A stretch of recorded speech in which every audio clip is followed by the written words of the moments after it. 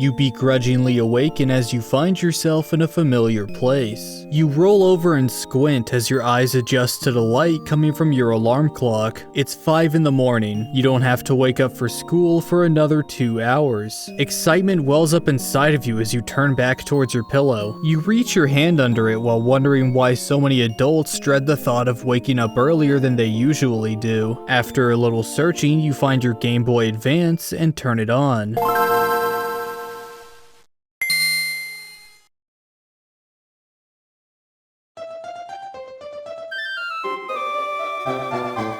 I think everybody had a franchise that was their thing while growing up, one that they devoted so much time and passion to that it practically became a part of their identity. Chances are you don't feel the same way about it nowadays, but how could you forget the magic of those early years? That's the feeling we're chasing today, and since I'm the one with the microphone, I guess I'm supposed to introduce my special franchise to all of you, but do I really need to? If this video somehow reaches somebody who has never heard of Pokemon before, then that means I'll have made enough money off of it to retire at 25. There's already too much to talk about as is because my history with this franchise runs deep. But don't worry, we're not going all the way back to Red and Blue because I'm not 100 years old. No, our story starts in the weirdest place possible.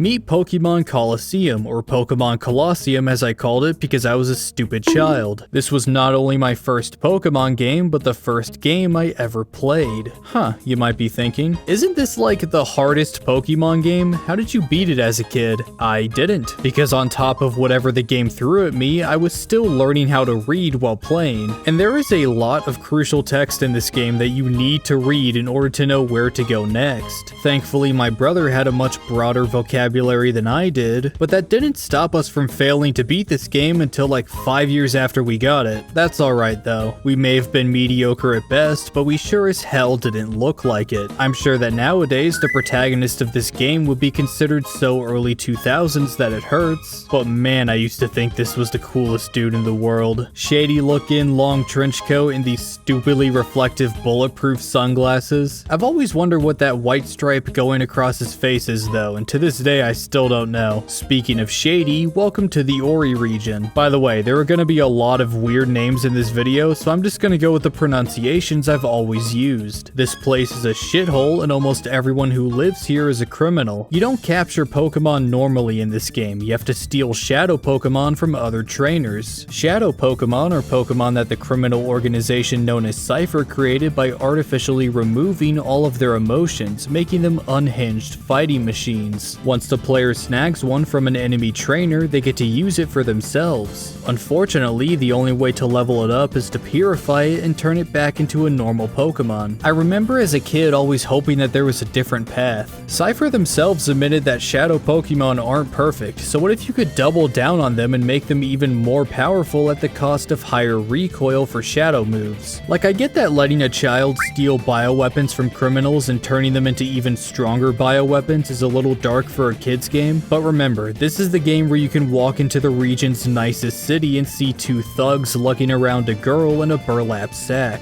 Unfortunately, no matter how much I hoped, this alternate path wasn't in the game. What is in the game is arguably the best sound design in the franchise. I loved busting out the beanbag chair and dragging it in front of my family's massive CRT, and then you put the volume on full blast and start playing the game. I felt like I was going to die just watching battles play out. Every sound effect is so visceral and impactful. You've got explosions going off, fire moves that sound like the gates of hell opening, Pokeballs fly onto the field and open with this glorious lightning effect, barriers have this booming, almost mystical sound to them, and of course, when a Pokemon gets hit with recoil, it just sounds like they're getting shot. And the soundtrack is absolutely perfect. Battle themes bring the game to life as the screen distorts into this grand stage for the encounter. Town themes are diverse pieces that beautifully capture the feeling feeling of each location. The map screen theme instills a sense of wonder in the player as the sheer grandeur of their adventure sets in, and Pyrite Town has the best town theme out of any town ever. As a kid, I always thought it was weird how every battle was a double battle, but nowadays I see it as an incredibly smart move. Double battles were new in Generation 3, instantly giving this game a chance to diversify itself from every mainline game and spin-off thus far. Also, Mirror B is the best character in the franchise. Anyone who's played this game knows what I'm talking about. That being said, I'm sure if I played it through to the end today, I'd probably find a lot of stuff that I don't like. Maybe it's poorly paced, maybe the difficulty curve is garbage, and maybe the limited pool of 48 Pokemon is extremely frustrating. Even so, I doubt I'll ever look back at the seedy underbelly of the Pokemon world with anything other than admiration.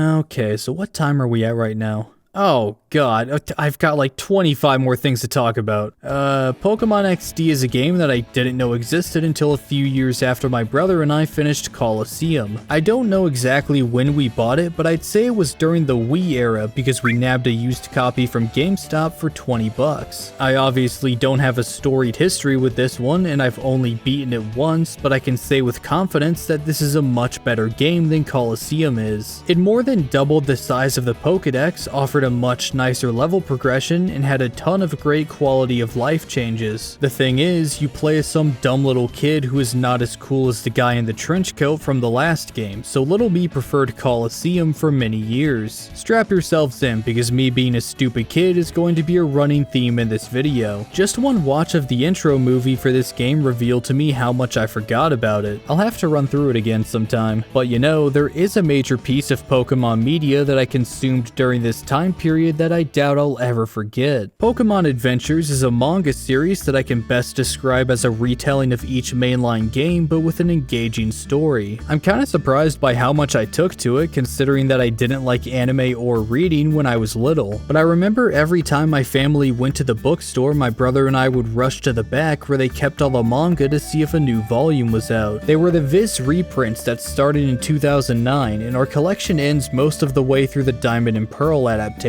I'd love to sit here with a straight face and tell you that this manga is airtight, but as someone who has read these stories dozens of times for many years, I'm the worst person to look at these objectively. In fact, before writing this section, I read some reviews and immediately sunk deep into my chair as random strangers on the internet demoralized my childhood. Here's what I can say though. There are so many interesting ideas at play here that take plot elements from the games and turn them on their heads. For example, in this universe, Blaine was the one who created Mewtwo instead of Dr. Fuji. He ended up injecting some of its DNA into his arm, causing it to get all deformed and goopy. It's actually used as a compass for locating Mewtwo, as the malformed skin tends to point in its direction, making Mewtwo's creator its most effective hunter and later ally. Battles themselves are dynamic. A lot of the time, the win condition is holding the other trainer at gunpoint rather than knocking out all their Pokemon. Characters like Yellow and Gold make use of peripherals like fishing rods and pool cues respectively to do some super creative stuff. Every time there was a long car trip or a plane ride that I wasn't allowed to use my DS on for some reason, I would always bring a couple of these guys to keep me company. They're fun, nostalgic, and a great love letter to each of the games they're based on. I highly recommend reading from the beginning of Red and Blue up to the end of Ruby and Sapphire. Alright, I got a little bit ahead of myself there. The year is 2007. My brother and I both had shiny new DS Lite systems that we got after I dropped the first one we shared with each other on the bathroom floor. It was like a 3-foot drop and the thing never turned on again. What a little bitch.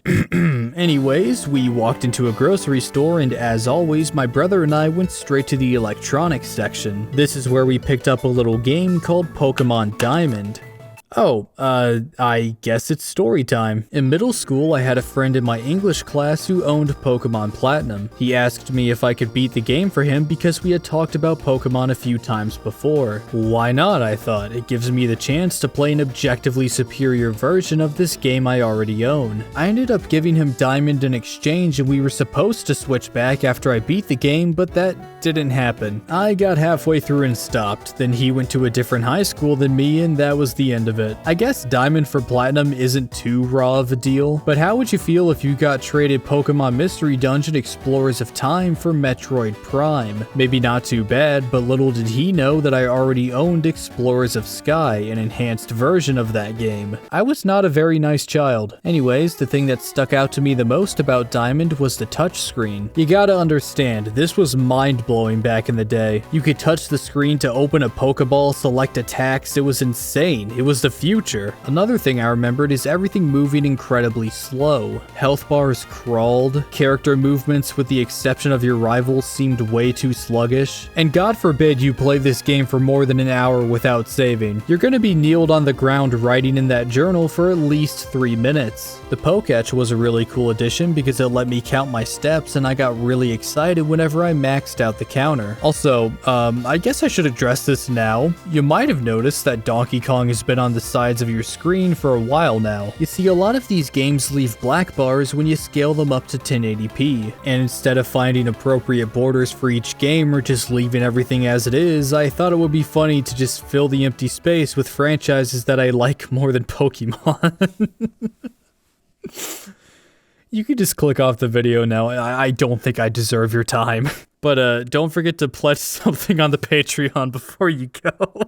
Pokémon Heartgold was the first game I ever pre-ordered, and it came alongside that weird Pokewalker thing that I never used. This game is actually really embarrassing to think about because I don't just have one copy of it, but two. See, when my brother and I played Diamond, we shared the game, so one of us couldn't play it if the other was already doing so. For this new game, we each wanted our own copy, but the problem was we both wanted Heartgold. So instead of one of us biting the bullet and picking up Soul Silver so we would have access to every piece of content in these games, we both just bought the same version. That is a sin. Thankfully, it never happened again though. What did happen was I got stuck with a Noctowl on my team while my brother got to catch a Pidgey in the beginning because he gained the ability to catch Pokemon like 3 minutes before the clock rolled over to nighttime. I remember it being extremely frustrating to watch him plow through the early game with an objectively better team member than what I had. Anyways, walking around with your Pokemon was the coolest feature ever and I miss it dearly. They brought it back in some future games, but these lifeless 3D models hardly do it justice. I know the pixel art is vastly inferior, but something about it is just so charming. Johto has always been one of my favorite regions, especially since it comes packaged with Kanto, and I can't think of a single thing these games didn't improve on from the originals. I guess the story was still mediocre as usual, but you never come to a mainline Pokemon game for a good story. That responsibility lies with the spin-offs. Pokemon Mystery Dungeon Explorers of Time and later Sky is the only Mystery Dungeon game I've played to completion and one of the few that I've played at all. I'm alright with that though, as the general consensus I've seen is that this is by far the best the series has to offer. Every kid wished they lived in the Pokemon world, so how about we turn them into Pokemon? That'll teach them to have dreams. These games are randomly generated dungeon crawlers with great music and, at least in this game, beautiful aesthetics. I remember really enjoying the gameplay, but what really kept me playing was the story. This diverse cast of Pokemon has created a Wild West-esque civilization built on the drive to explore the unknown. They use Diglett as security guards who burrow underground to identify Pokemon before they can pass through into the guild. They have the strict and short-tempered Chatot rounding everybody together and keeping the peace when something goes wrong. They made Kecleon the main merchant, which, if there was ever a Pokemon that gives off the Resident Evil 4 merchant vibe, it's Kecleon. This is one of those game worlds that just feels right. It draws you in and instills you with a sense of adventure. You want to go out and explore, make your fellow guild members proud, and evolve your operation into something that's actually worth a damn. Beyond the shockingly stellar world building, the characters are so likable and memorable, especially your main partner. Sure, they're a total idiot, but it's hard to think of them as anything less than a genuine friend. The point is, go play this game. It's probably the best game out of every single one that I'm going to talk about today, and I'm so glad I got to experience it right as it came out. It's one of the only games where the post-game has more game to it than the game part of the game. It's insane. You know, I just noticed that Generation 4 is going to take up a pretty hefty chunk of this video. Thinking back, it's definitely the one I spent the most time with, given how I joined in on 3 a little late and how short-lived 5 was. Anyways, the Pokemon Diamond and Pearl Adventure manga, not to be confused with Pokemon Adventures Diamond and Pearl, was another manga that I collected as a kid. Again, I'm sure you can poke a lot of holes through this thing, but it's just such a fun ride. The biggest reason is because of the main character,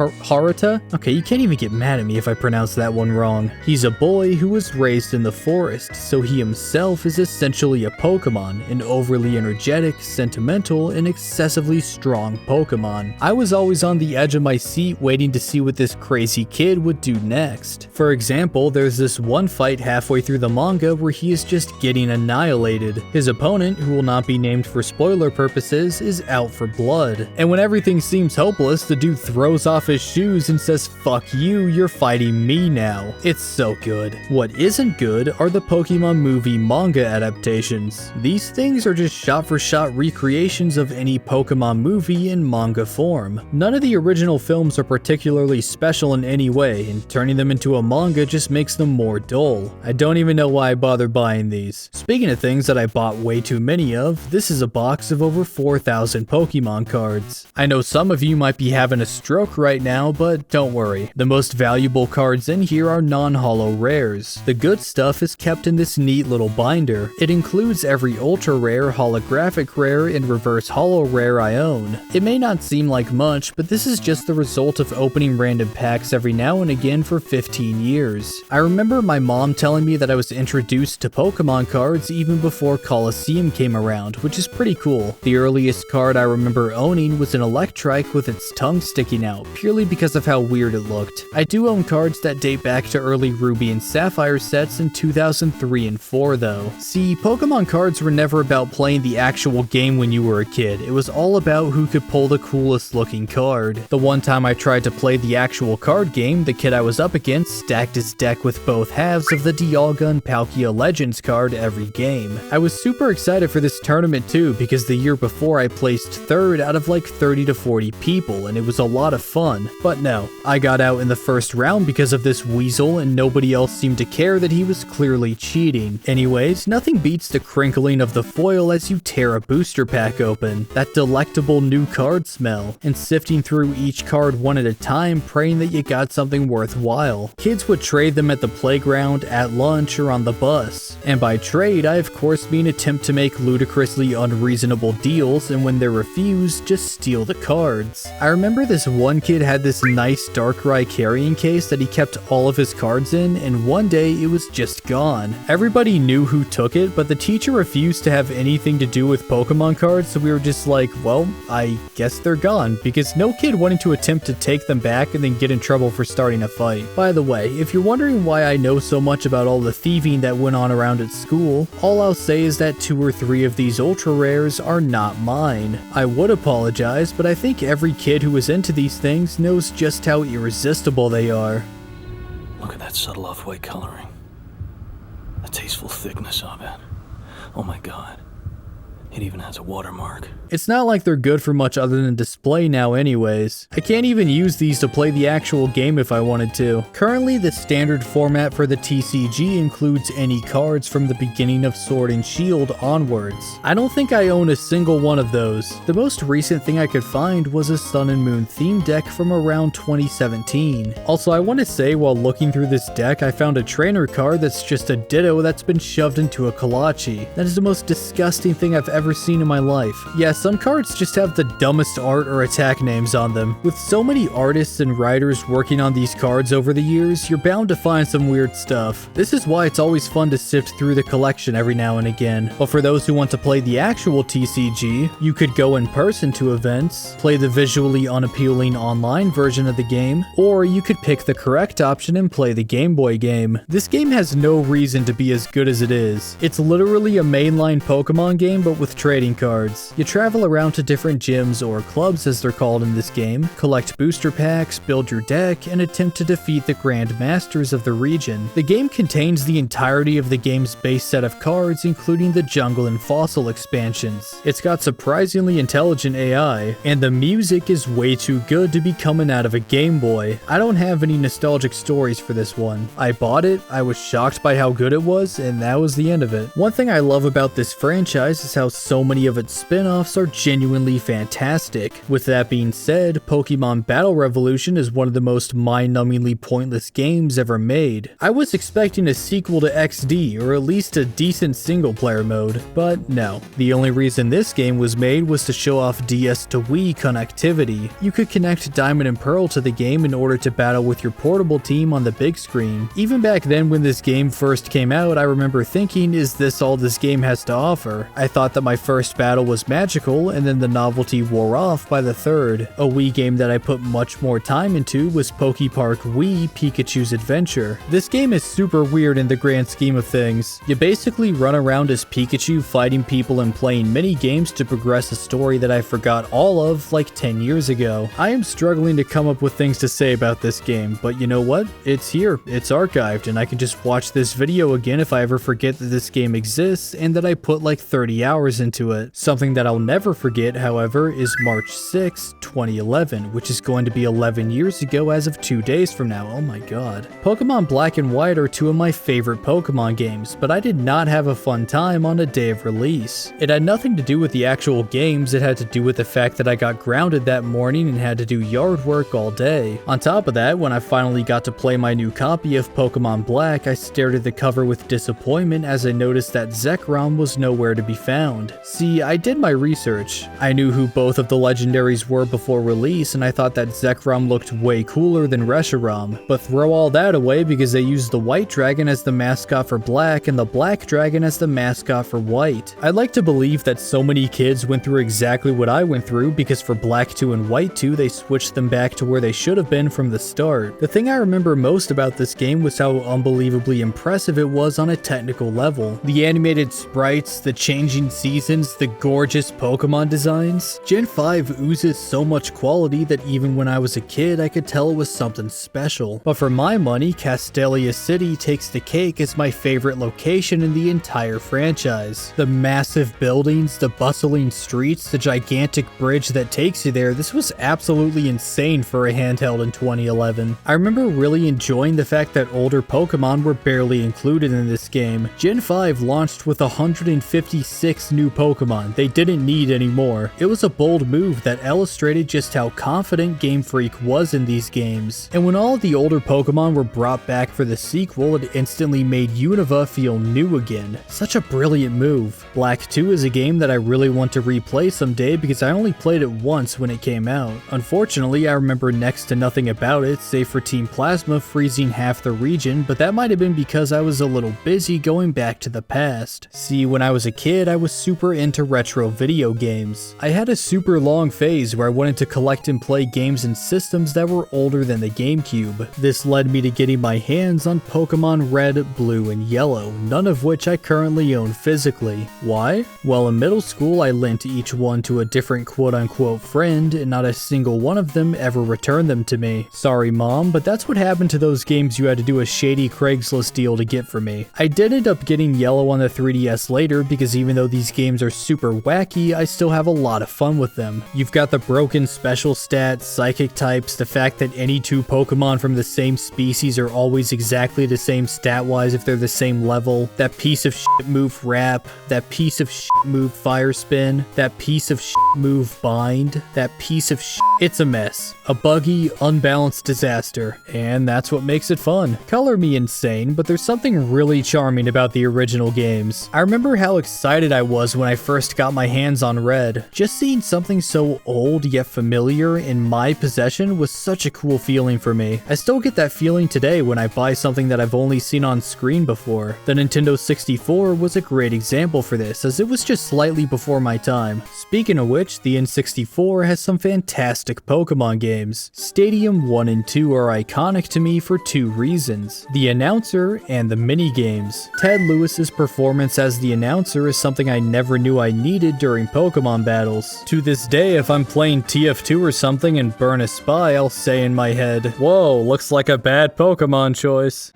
What's the matter, trainer? I'm using the bathroom, shut the fuck up. The mini games in this game are fantastic. My favorite by far was the one with Kakuna and Metapod, where you have to harden at the last second to block these falling rocks while using as little stamina as possible to do it. Pokemon Snap was a super weird game, and it's really fun. I haven't played the new version yet, but if I get to give Pokemon brain damage by pelting them with apples, I might need to look into it. One of my cousins, who's a little older than me, had this game when she was a kid, and she told me that if you went to a Blockbuster with your game cartridge, you could print out the photos you took in-game. That is the coolest thing I've ever heard in my life. But enough about spin-offs. You might have noticed that I haven't covered a handful of the old mainline games yet, so here they are. Pokemon Fire Red, Crystal, and Emerald. These particular versions of these games might cause a wave of nostalgia to rush over you, and if so, then that means you also grew up watching YouTube. Hey everybody, it's Chugga Conroy. Welcome back to more Pokemon Emerald. I wonder just how many people Chugga Conroy introduced to gaming videos on YouTube. Every single time I played these 3 games, I was following along with one of his playthroughs. Even back then, when his microphone hurt to listen to and the Pokemon bios looked like they were made by a 7-year-old, the guy was so likable and knowledgeable about the games that his videos became mandatory. Alright, 1, 2, Moltres. Stop being a dick. One big problem though, I did not enjoy starting out Crystal by farming for a Phanpy who has a 5% chance of appearing only during the day. Hey everybody, it's Toda Conroy, welcome back to my waking nightmare. In the last episode, Fuck! Alright, enough video games for now. I'm gonna go read a book. You ever want to know what Where's Waldo would be like with Pokemon? It's chaos. I don't think you're allowed to print this many colors onto one piece of paper. These are surprisingly high quality books that offered up a good challenge for an hour or two. I have a compilation book that contains the first 3 books for the anime adaptation and the book for Fire Red and Leaf Green. I think my favorite thing about these is when they try to tell a story or give context for why you're finding these Pokemon. Like in the 3rd book, Team Rocket has to train to steal Pokemon by finding 6 of them in their own base. Then they wreak havoc in Professor Oak's lab and a Pokemon Center. Ash and friends have to help quell the chaos by finding 3 Pokemon. Then they finally encounter Team Rocket and they go into their classic motto: surrender now or prepare to fight. But first, find these 3 Pokemon.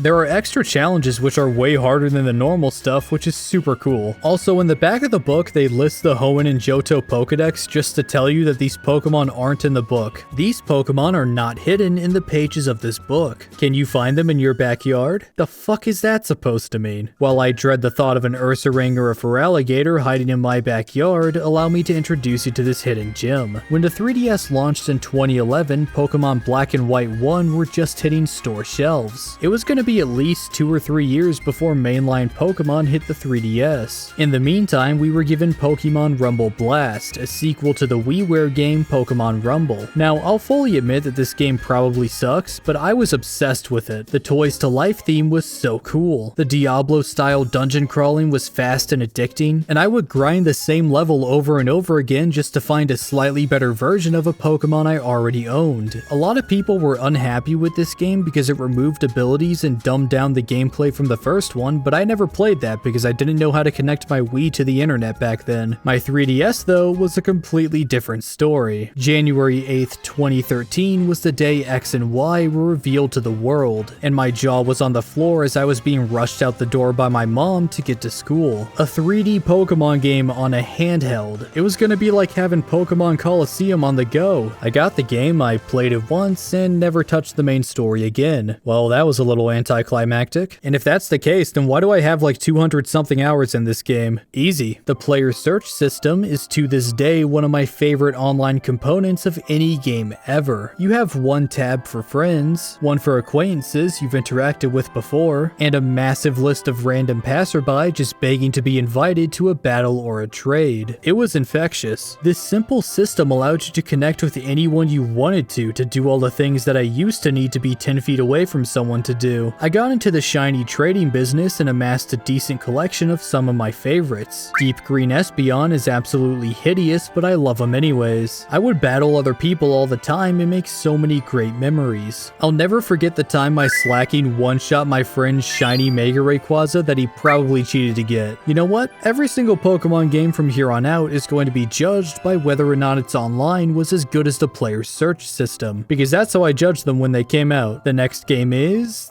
the anime. Okay, so I saved this for Gen 6 because this was the only generation where I watched every single episode of the show. Was it worth it? Not really. It never is given how much filler there is in this show, but that's what I did. If anything, I'd say that the original seasons are the only ones I'd go back to watch today because they're both intentionally and unintentionally hilarious. Pikachu, Thunderbolt attack! Turn attack!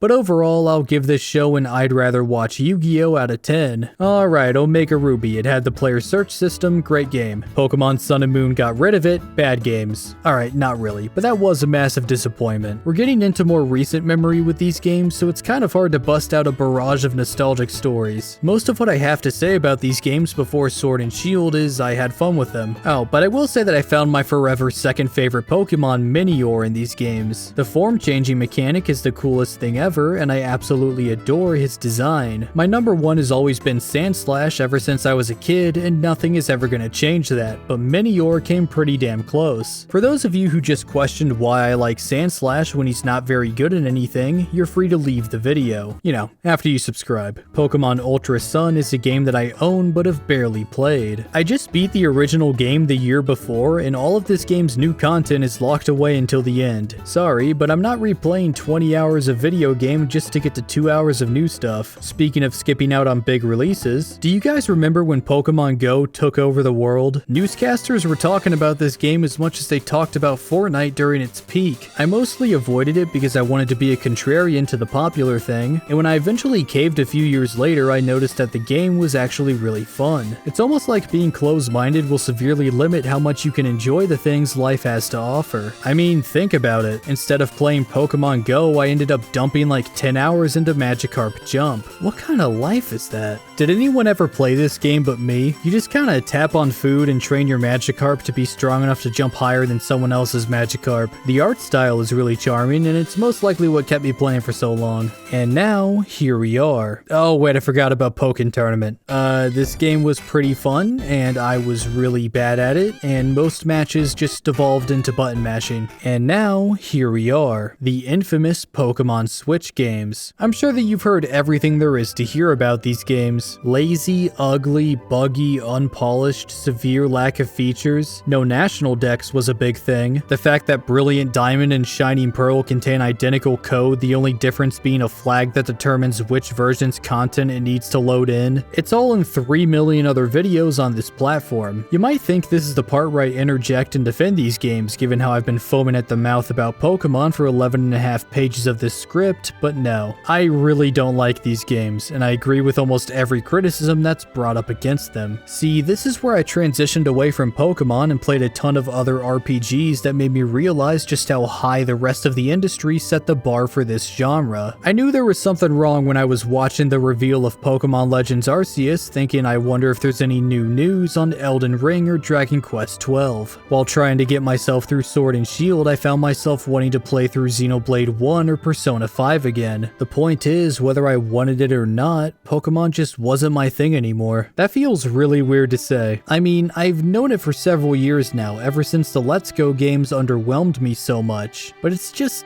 man, I wish it wasn't true. I think you can tell if you stuck around for the entire video that I love Pokemon. It was this magical world where I could collect cool creatures and accomplish great things alongside them. It gave me an escape from whatever dumb poo-poo garbage life threw at me. I vividly remember the day we had to put my first dog down. I locked myself in my room and played Fire Red until it was over because I just couldn't watch him go. Fights at school, major failures, family member losses, it seems like I always used these games to help myself get through a tough time. Of course, playing Pokemon never solved any of my problems, and I'm not suggesting that any kid should try to use it to do so, but in moments like these, they managed to help me take a step back and remember that everything was going to be okay. I'll always be grateful to this franchise for the countless hours of joy and comfort it's provided me with, and that's really what this video is about. It's a love letter to a time when Pokemon was all I could think about, before each release began to disappoint me, before Nintendo revealed what a piece of shit company it is, before I moved on from Pokemon. I don't know if it'll ever pull me back in. That's for my future self to decide, because for right now, I'm content with letting my journey through this franchise end at Generation 8. I think that at the end of the day, Pokemon made me feel like I was special, and that's why it will always be special to me. Thank you for watching, and a special thanks to Silent Secondary and the rest of my wonderful patrons.